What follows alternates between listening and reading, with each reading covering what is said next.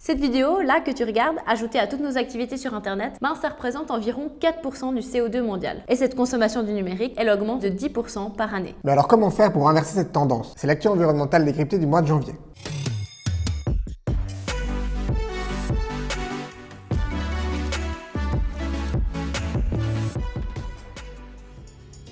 Avant de commencer, on va faire quelque chose tous ensemble. On va mettre la vidéo en basse résolution.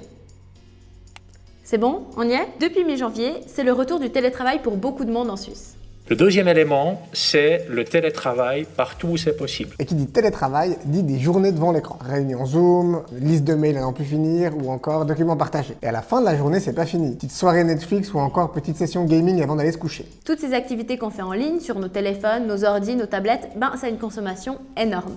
Pourquoi c'est énergivore d'utiliser Internet? Parce qu'il y a une perception que quand on clique sur son écran, il ne se passe rien, son téléphone ou son PC, il fonctionne, et qu'on clique ou pas, il va fonctionner, il va consommer pareil. Mais ce qui se passe, c'est qu'à chaque fois qu'on clique, ça va déclencher énormément d'échanges sur le réseau, et puis il y a un serveur qui va se mettre à tourner pour répondre à votre question ou répondre à votre recherche Google, et tout ça mis bout à bout, multiplié par le volume de gens qui font ça à tout instant, sur toute la planète, ça fait des énormes consommations énergétiques côté data center et puis une grosse partie pour faire fonctionner les réseaux, notamment les réseaux mobiles. Les impacts, ils proviennent d'une part de tous les appareils 45%. Et d'autre part de toute l'utilisation qu'on en fait. 55%. Parce que le cloud, c'est pas un petit nuage léger dans le ciel. Le cloud, c'est des serveurs qui tournent 24 heures sur 24. Et tout ça, ça demande de l'énergie qui est souvent pas renouvelable et des terres rares qui sont souvent pas recyclables. Mais pas de panique, on a une petite liste de tips and tricks pour être plus sobre dans notre consommation du numérique.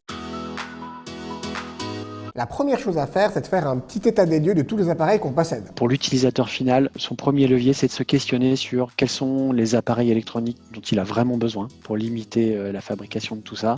Et ensuite, une fois qu'il les a, comment il peut faire pour les garder le plus longtemps possible. La deuxième chose à faire, c'est de réfléchir à l'usage qu'on fait d'Internet. J'ai vu se développer des usages qui n'existaient pas. Donc quand je prends le métro à Paris, je vois des gens qui regardent des séries en streaming en haute définition sur un téléphone qui fait 4 pouces. Ça, c'est un exemple d'usage que je questionne. Ce qui nous amène à la troisième chose qu'on peut faire, réduire la qualité des vidéos qu'on est en train de regarder. D'ailleurs, c'est ce que vous venez de faire pour cette vidéo, non? Quand vous écoutez de la musique sur YouTube, s'il vous plaît, mettez votre image en 144 avec la résolution minimale, ou n'écoutez pas de musique sur YouTube, allez sur d'autres services de musique en ligne. Et quatrième chose à faire, être attentif aux dark patterns, ces mécanismes qui nous rendent accro. Le scroll infini sur Instagram ou l'autoplay sur Facebook. On s'est tous perdus dans les méandres d'Internet. Oui. Enlever la lecture automatique, c'est un très bon geste. On pourrait même légiférer pour l'interdire. Voilà quelques petites choses que nous, on peut faire à l'échelle personnelle. Mais une autre partie du problème, et de la solution, c'est les hébergeurs. C'est l'endroit en fait où sont stockés tous les serveurs qui stockent nos données et qui marchent 24 heures sur 24. Ici alors on se trouve dans le data center d'Infomaniac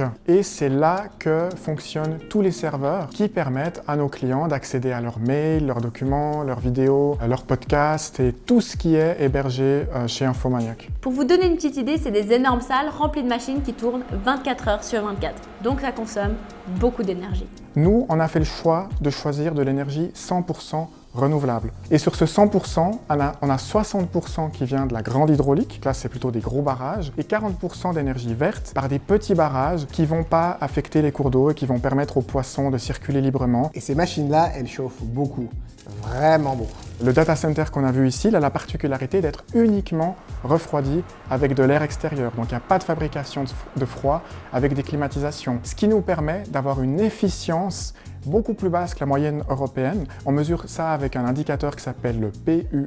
La moyenne européenne, c'est de 1,8. Chez Infomaniac, on est inférieur à 1,1. Ça veut dire que pour 100 watts nécessaires au fonctionnement d'un serveur, il y a seulement 10 watts qui sont là pour garantir la fiabilité du courant, le refroidissement des data centers, assurer la sécurité, l'éclairage, tout ce qui permet aux data centers de fonctionner. Et dans leur futur data center, Infomaniac va réutiliser cet air chaud grâce à une pompe à chaleur pour produire du chauffage pour une vingtaine d'immeubles des environs. Un autre enjeu important, c'est la durée de vie d'un serveur. Parce que ce qu'il faut savoir, c'est que pour produire un serveur, ça consomme environ 1,7 tonnes de CO2. Il y a toute une tension qui se fait entre est-ce qu'on va garder un serveur le plus longtemps possible ou est-ce qu'on va le remplacer de manière anticipée? Et là, l'enjeu, c'est plus le temps passe, plus les serveurs se miniaturisent, plus les processeurs sont plus efficients et moins on consomme d'énergie. Donc c'est tout ce trend qu'il y a entre émissions de CO2 pour produire un nouveau serveur et consommation électrique des serveurs. Actuellement, on garde entre 8 et 10 ans les serveurs. En conclusion, l'idée c'est pas d'arrêter complètement de regarder Desperate Housewives, J'adore Desperate Housewives. mais de réfléchir chacun à son échelle comment on peut utiliser les petits moyens simples dont on a parlé pour réduire sa consommation du numérique et donc les impacts qui sont liés. On se voit le mois prochain pour une nouvelle actu environnementale. À bientôt!